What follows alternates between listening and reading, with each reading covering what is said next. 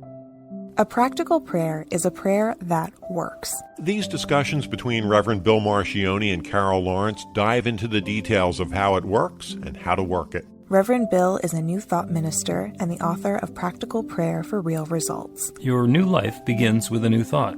Carol Lawrence is on a spiritual quest, finding the New Thought teaching after decades on the pulpit in 3 different traditional denominations. I've got some questions. Together, they're exploring the philosophy and activities that come together from many of the world's religions to create the practical spirituality that is New Thought.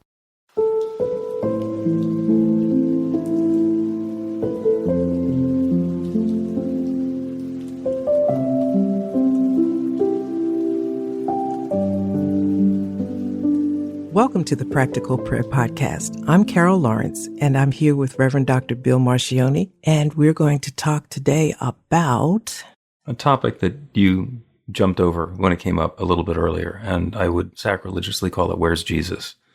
The question is, after all of the time that you spend in traditional religion and Christianity, and having Jesus as Savior be so central to that, as you get into conversations with people from that world, how do you do it? Because you're speaking a different language, a different philosophy, and a different theology at this point. It's a delicate dance, and that's how I look at it. I relate to music a lot, and sometimes I just go to that, rhythms and dance, to help myself flow into whatever it is I'm doing, including conversations. And I was sharing with you at one point that when I was young and spending 6 days a week in Bible study. And then when I got to the teen level, we were giving out tracts. That was our responsibility. And if you'll recall, when the gallery was first built in Philadelphia, I don't know what year that was, but it was really early because everybody was so excited to be there. And we were sent to give tracts out because we were told that the whole world wanted Jesus.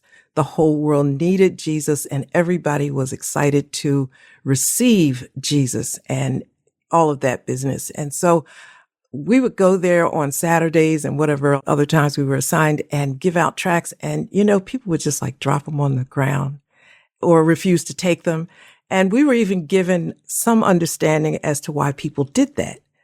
They didn't want to live holy. There was always an excuse, a logical reason why people didn't embrace this Jesus. And so that's what I came up under. But it's very different in New Thought. And the Jesus in New Thought is very different. And let me say this, it's just a lot of moving parts to this Jesus. There are those who think that there was no historical Jesus. And then there are other groups that think Jesus represented things that he did not. So I have all of that in my head when I'm encountering anybody, really. And so included in the traditional Christian company that I may be in, I'm also in the company of people who are, the traditional church uses the terminology unchurched. I prefer to say those who don't find their place or their comfort zone in the local church. And so that kind of puts everybody on the same playing field in my mind, because you don't want to hear from me, really. So, the traditional Christian don't want to hear about what I think about Jesus, and those who don't find their place in church, they're too scared to talk to you because they think you're shoving Jesus down their throat. So I enjoy the dance. Yeah. The term that I've been using is spiritual but not religious, which actually is an abbreviation, SBNR. And there's an increasingly large group of people who are spiritual but not religious, who understand there's something to this Jesus thing, or there's something to this Buddhist thing, or there's something to this Muslim thing, and maybe there's more to it than that. And a lot of it is, if one of them is right, if you have to be saved by the blood of Jesus in order to be successful and effective in completing your life here on earth, then what about the other billions of people? And what about the millions or billions who were here before Jesus? Because the timeline goes back, even if we're just doing the 6,000 years since Genesis. There was a big chunk of time where people couldn't be saved, and what about them? And it just leaves a lot of questions. So the idea is that there's something else that's there. One of the things that you and I have in common is a fondness for the red letter Bible. And for the folks who aren't familiar with that, it's all of the words that are actually attributed to Jesus, the quotes, are printed in red, and the rest of the Bible is printed in black. And so it's really easy to see this is what the Bible scholars say that Jesus said. And I understand that that's continuously being debated. There are new red parts being added every once in a while, and there are red parts that are turned black every once in a while because somebody either wins or loses an argument. Obviously, all of the red letters are in the New Testament because that was his book. And they're all in the first 4 chapters. And everything else in the Bible pretty much was things that people said about Jesus and the stories that people were relating to make the message that Jesus carry further. And to my way of thinking, and I think to yours as well, the farther you get away from the red letters, the less reliable the whole thing is. And conversely, the more you stick with the red letters, the more clear and easy the message is. Like, all this I do, you can do, and more. It is not me, but the Father within who doeth the work. And Jesus is talking about love and healing and transformation. And a lot of the other stuff got added on by other people who had an agenda. And I'm glad you said that, love, healing, and transformation. And that's the bridge that I use. I don't want to make it sound like I'm intentional, like everybody I speak to, I'm trying to, recruit them to anything. It is not that. But you used the term spiritual and not religious. And some people, they don't know the difference. So that's a good talking point. And others don't even know that there's anything to be other than religious. And they're really happy to find out that there is a difference. And if you want to maintain a connection with God, which a lot of people do, they may not want to be in church or committed, but they know that there's God of somewhere, some kind of God, and they're open and welcoming of you to maybe explain that and bring them together with God with some sense of understanding. But what was important about what you said is love, healing, and transformation. And everybody is in need of that at some point in their lives. No matter who it is standing before me, I'm always conscious of the desire for love. There may be an absence of it, healing, and everybody wants something changed. Everybody wants something. And so that's what we're here for. Yeah. As we go through life, we're here to embody whatever the gifts are that we have. And there's a yearning for something wonderful.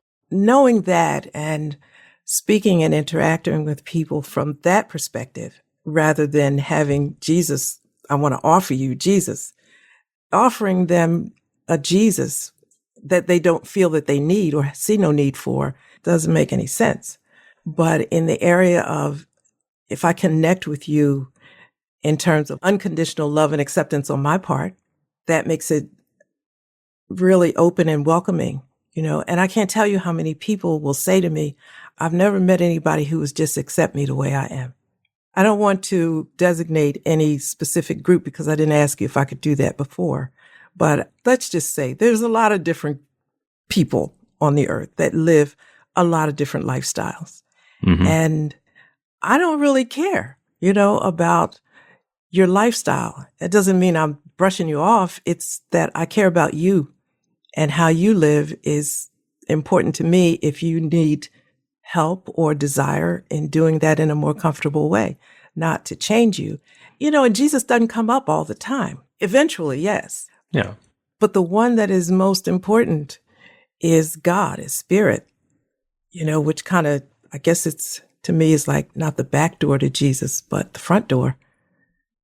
Mm-hmm. And offering people a God that they have some willingness to give a shot at, as opposed to Jesus, works better, I think. Yeah.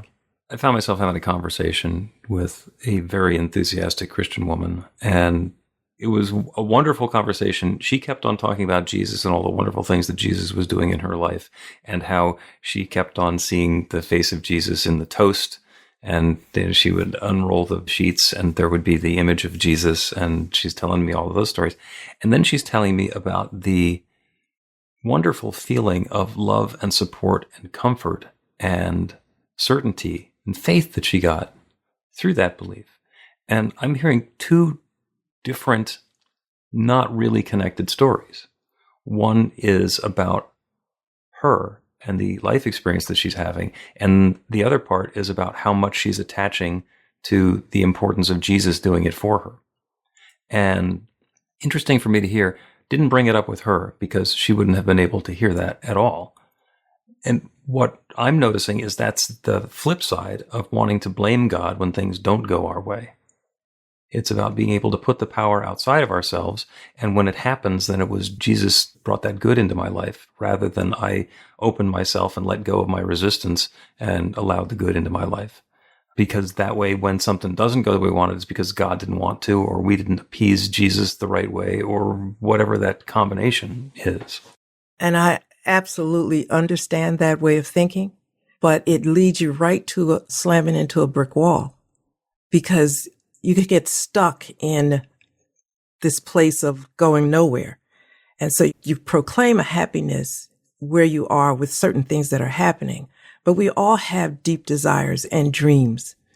And I take it back to when we were children. There were things that we dreamed about. You know, it's like Walt Disney, and you lived in Disneyland for a while, and then real life set in and you forgot that happiness and joy and freedom that you felt when you lived in a kind of Disney world.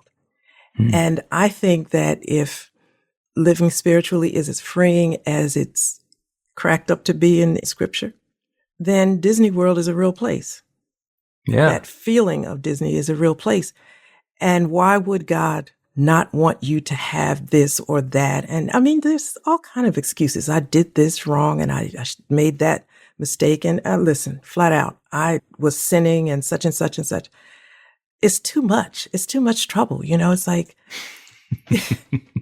the book is just too thick, and God is not. I can't even imagine God going, why would God create me just to be mad at me?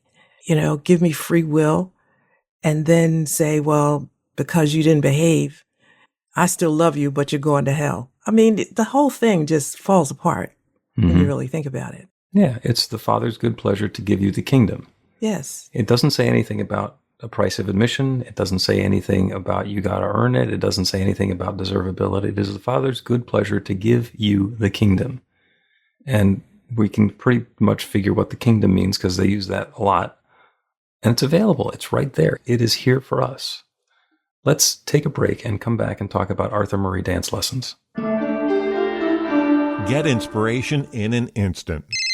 God calls are the gentle and uplifting moment of truth to help you remember that the bright light of God's love is shining right now as you. It's your God Call with Reverend Bill. Start your 2-week free trial today, and you'll get a phone call 4 times a week from Reverend Bill with an uplifting half-minute message filled with insight, wisdom, story, and fun. Let your light shine. You can answer the call to listen to it live or let it go to voicemail so you can hear it later.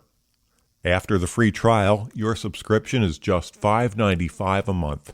The details are at godcall.org. God calls are disruptive, intentionally. Whenever you write something, put on a gold star. They take you away from your routine to remind you about the truth of who you really are.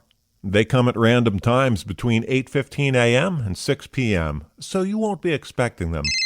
And somehow, the message is exactly what you need to hear at the time. Magic is loose in the world. It's a moment of motivation in the middle of your day. Find out more and start your 2-week free trial now.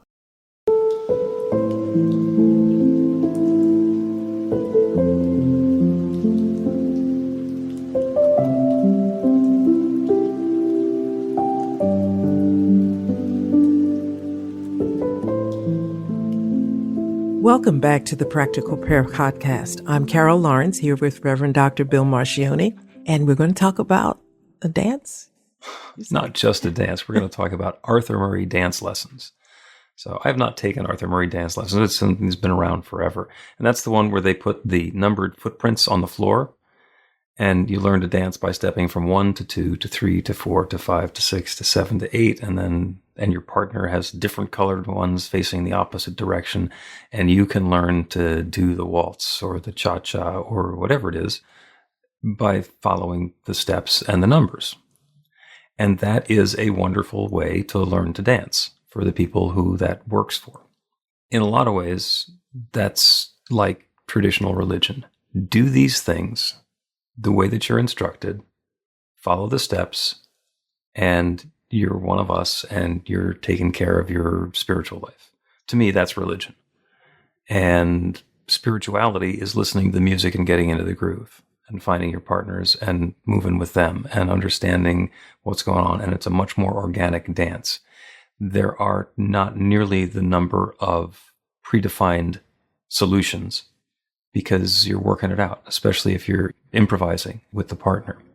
The difficulty, the challenge comes in when somebody is doing the Arthur Murray pattern and they say, could you please turn the music off? I'm trying to count. Because to me, that's missing the point. Perfect analogy. It's about connecting with the feeling rather than doing the steps. And to me, that's spiritual but not religious. Is, okay, I know what the steps are. I don't have to have them put down on the floor in front of me, and I can go in a different order. Mm-hmm.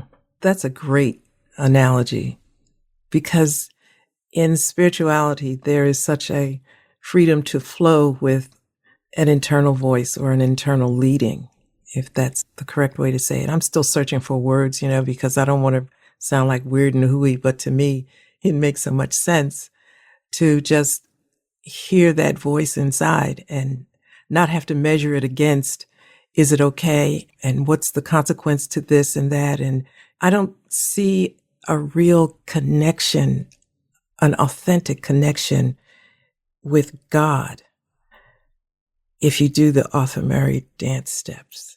It was really helpful. And I can imagine when you were in your youth group and in your teen group, that having those steps in common and doing those with a group and understanding the framework that you were in let you connect really deeply in that group, because it gave you a common language, gave you that ability to connect and talk to each other about these stories. So the steps are really helpful for getting started. It's just, it's time to leave childish things behind. It's a big world. And you're right. You're absolutely right. There is a comfort in belonging, and people, everybody wants to belong. You used the term earlier, one of us. Certainly that's important. But let me reflect back on those times when I was down on Market Street and 10th, giving out tracts.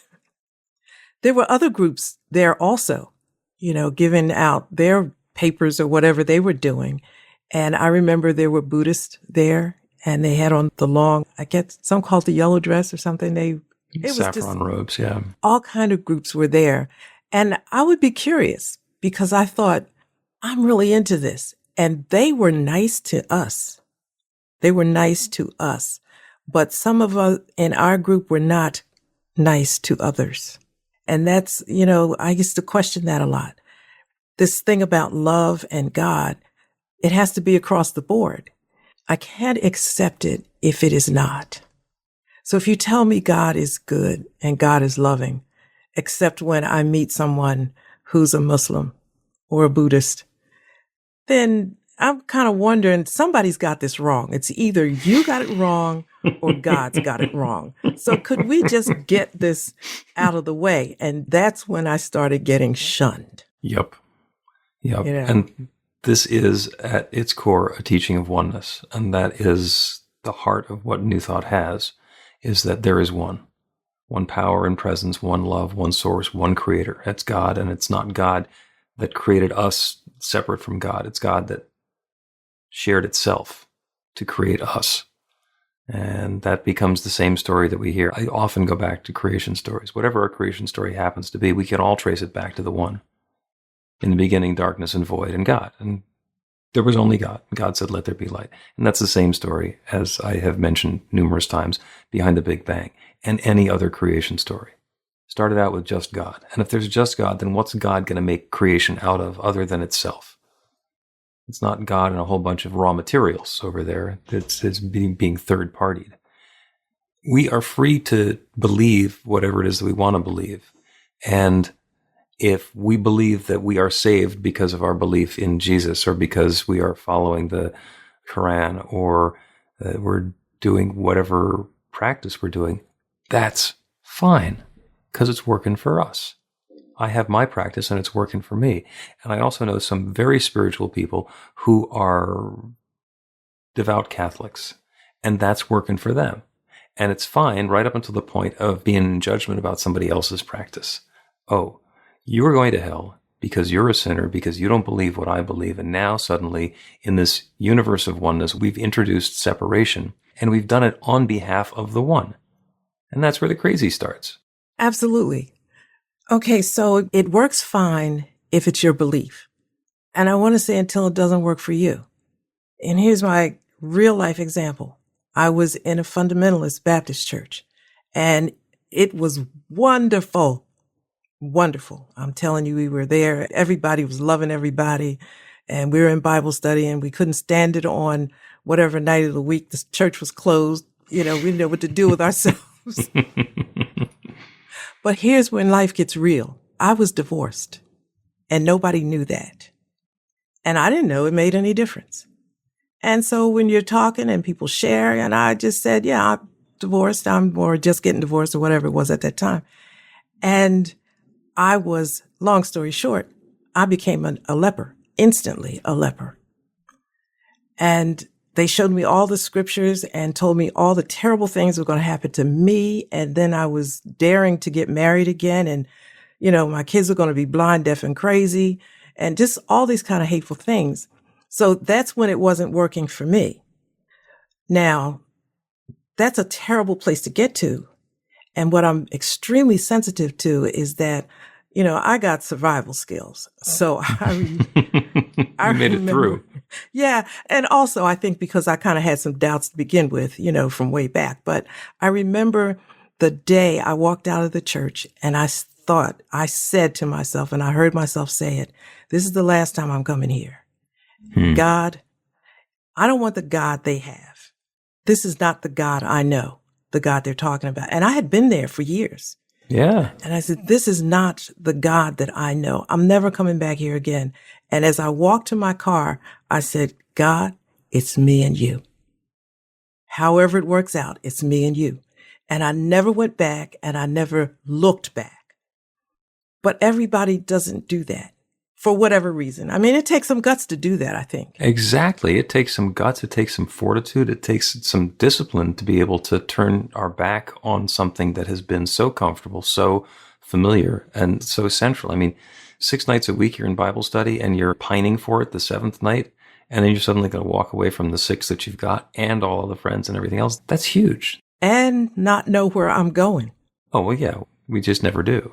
But I never will ever, nor do I desire to forget that day. Because when I meet people, there are a lot of people that are there for different reasons, and they just need a hand. I said, I'll help you across this bridge. Or I know what it's like to be on that side with no one, Yeah. And just let me just throw this in. I didn't have any friends after that, cut off, right? And my sister was there. She didn't know what to do. So she stayed with the group that was comfortable. And my mom turned on me. She's Pentecostal. She turned on me because you are never supposed to get divorced and, the whole thing. So it was like being alone in the world. And I'm not trying to tell a sad story. The question was how I relate to people that are in traditional Christianity or not in church at all. It's through the reality of what we feel as human beings. We do feel separated. Sometimes we feel different kind of hurts, whatever. That's common to everybody, whether Jesus is in the picture or not. Right. And so the answer to the question is that's how my dance is. It's where we are as human beings. I can feel your pain. I can see it in your eyes. I can hear it in your voice. Yeah. And I just want you to know that I'm not going to hurt you, and no one has the right to hurt you. Beautiful. And the experience that you have lets you establish rapport and empathy for people who are going through either that or something similar to that. When you were talking, it occurred to me what Jesus did with the lepers. Because everybody was staying away from the lepers because lepers are bad and dangerous, et cetera, et cetera, et cetera. And you referred to when you were getting a divorce, you became a leper. And Jesus went and sat down with the lepers and loved on them. And it's really easy to forget that we're supposed to be doing exactly what he was doing. He is our example of what it is that we can do. When I'm having a conversation with somebody, I approach it that everybody believes New Thought. They just may or may not know it. And the reason that everybody believes at their heart New Thought is because we keep on trying to find what is true. Does this work? And that's the thing that makes it scientific. It's based on a principle. And if the principle works anywhere, it works everywhere, it works for me, and it works for everyone. And I am constantly looking for examples of when it doesn't work. And if I dig down far enough, I have not found that this understanding of how the world works is flawed. Sometimes it's really challenging to work it. It's also why the entire belief system is in one long-winded sentence. We believe there's one power, love, intelligence, or force that creates everything, including each of us. And then we use that same power, love, intelligence, or force to create our lives according to our beliefs. That's the creed. That's the whole belief system. And we've seen that replicate itself in Christianity and in all of the faith traditions. It's the same thing over and over again. And the difference that between them is that they have a different prophet who was at a different time explaining the story in a slightly different way. And everybody who is involved in their religion is pointing to them as the prophet, the avatar, the incarnation of the infinite, as the exception. And my understanding is you can believe in they're the exception and they're not. And eventually there's the possibility of understanding that they're not or why they're not. And what that leads to is the belief that I have. And I am not pushing anybody to get into it. I am perfectly willing to wait for them to come to it themselves. And I think they do if they feel comfortable. It's easier if they have somebody who was there and just kind of reaching out your hand. Everybody's not like me, like I'm just, okay, fine, I'm going on my own and I'll find, somebody will find me out there.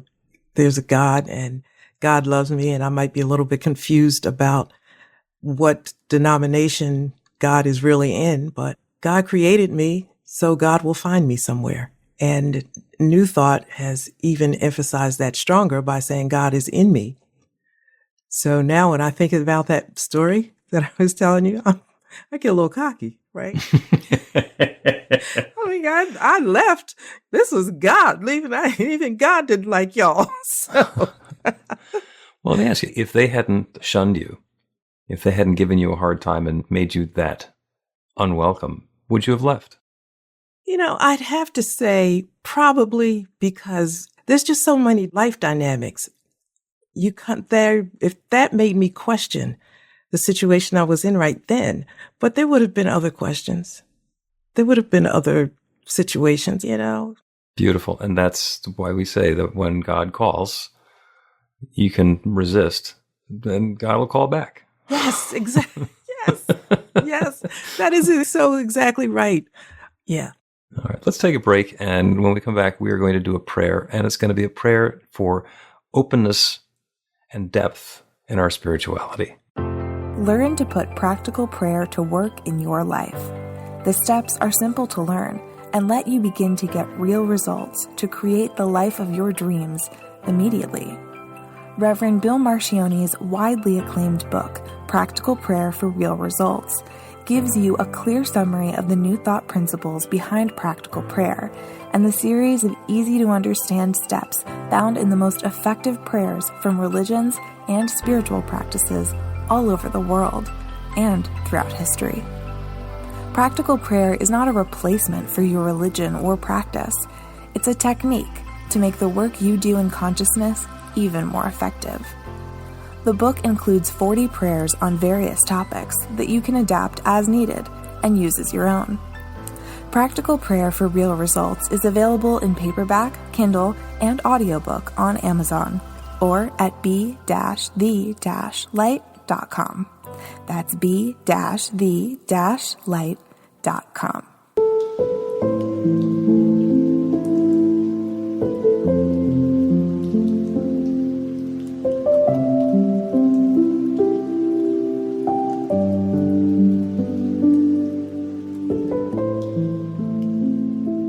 Welcome back to the Practical Prayer Podcast. I'm here with Reverend Dr. Bill Marcioni. We've had a great conversation so far. I don't want to quit, but... Well, we won't quit. We'll just pause until the next episode. That's the magic of doing this on an ongoing basis.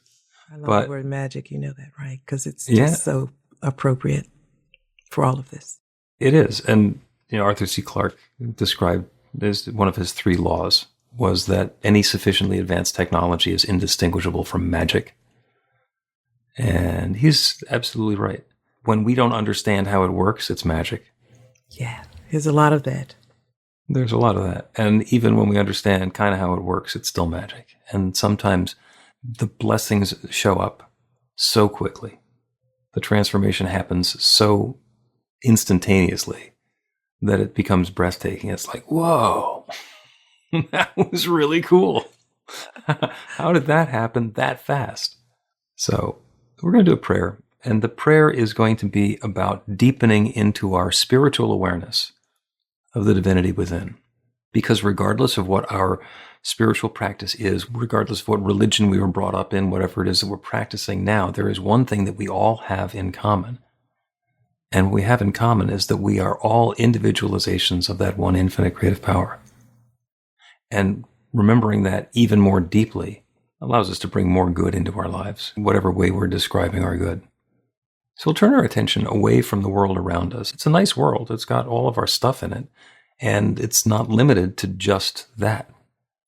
We live in an infinite universe. There is one infinite creative power that creates everything, that is everything, that shares itself as all of its creation. We call it spirit, God, nature, the infinite. It's the Big Bang. It's the center and circumference of everything that exists. It is one. And everything in the universe is that one expressed in its own way. All of the planets in the farthest galaxies, all the people in the world around us, all the particles that are swirling around that create all of the matter that we see, it's all that one expressed in its own way. And that same thing is true of me and of each person who's listening to this. We are spiritual beings having a physical experience. Sometimes it's been described as we are spiritual beings having a spiritual experience in physical form. The truth is that we are that divine essence, right here, right now, and always. And as we open ourselves to the awareness of that divinity that's within, as we open ourselves to that knowing that as we are connecting with that God essence, with the Creator, it is not something that happens outside. We don't point to the sky. We don't point to the world around us. We go within. Because that divine power and presence is within each of us. And regardless of the words that we use to describe it, regardless of the framework or the context that we use to practice it, at our heart and core, we are that one. We are that divine power and presence, that infinite intelligence that knows everything, that has created everything, has created each of us. And that's the same intelligence that we're using. And it's not like there can be a second intelligence. We have access to all of the knowledge, all of the wisdom, all of the good that's available anywhere. It's at hand right now. The kingdom of heaven is at hand. And I know that in whatever way is most uplifting to each of us, that good is being revealed even more richly and joyously and sweetly and fully in our lives. It shows up in lots of different ways. As we let loose our control and our attachment to how things need to fit together or how we want them to go, as we open ourselves up to the feeling and flavor, the tone and texture of the experience we want to have, that infinite creative power creates it. It is responding to that conscious intention and creating newness for us in every moment. And so I know that this newness is blessed. It is good and more good, as we would describe and define it, coming into our experience. And we are each guided into exactly that which is good for us, sometimes in completely predictable and expected ways, and sometimes in novel and unexpected ways. Good is upwelling and flowing to and through and as us right now.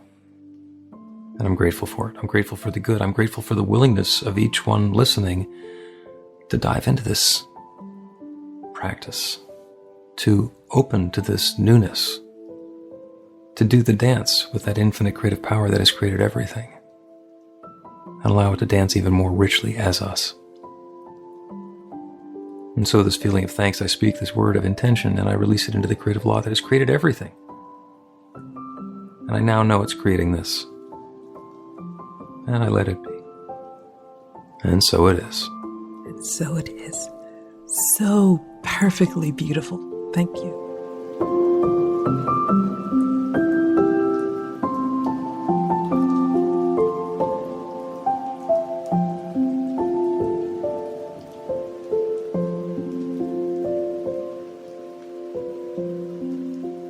The Practical Prayer Podcast with Reverend Bill Marcioni and Carol Lawrence is a production of BeTheLight.com. be-the-light.com, where you can find more information about practical prayer for real results. Our theme is by Music of Wisdom. You can learn about the spiritual community of New Thought Philadelphia with daily guided meditations, Weekly celebrations of spirit, and Reverend Bill's classes in practical spirituality at newthoughtphilly.org.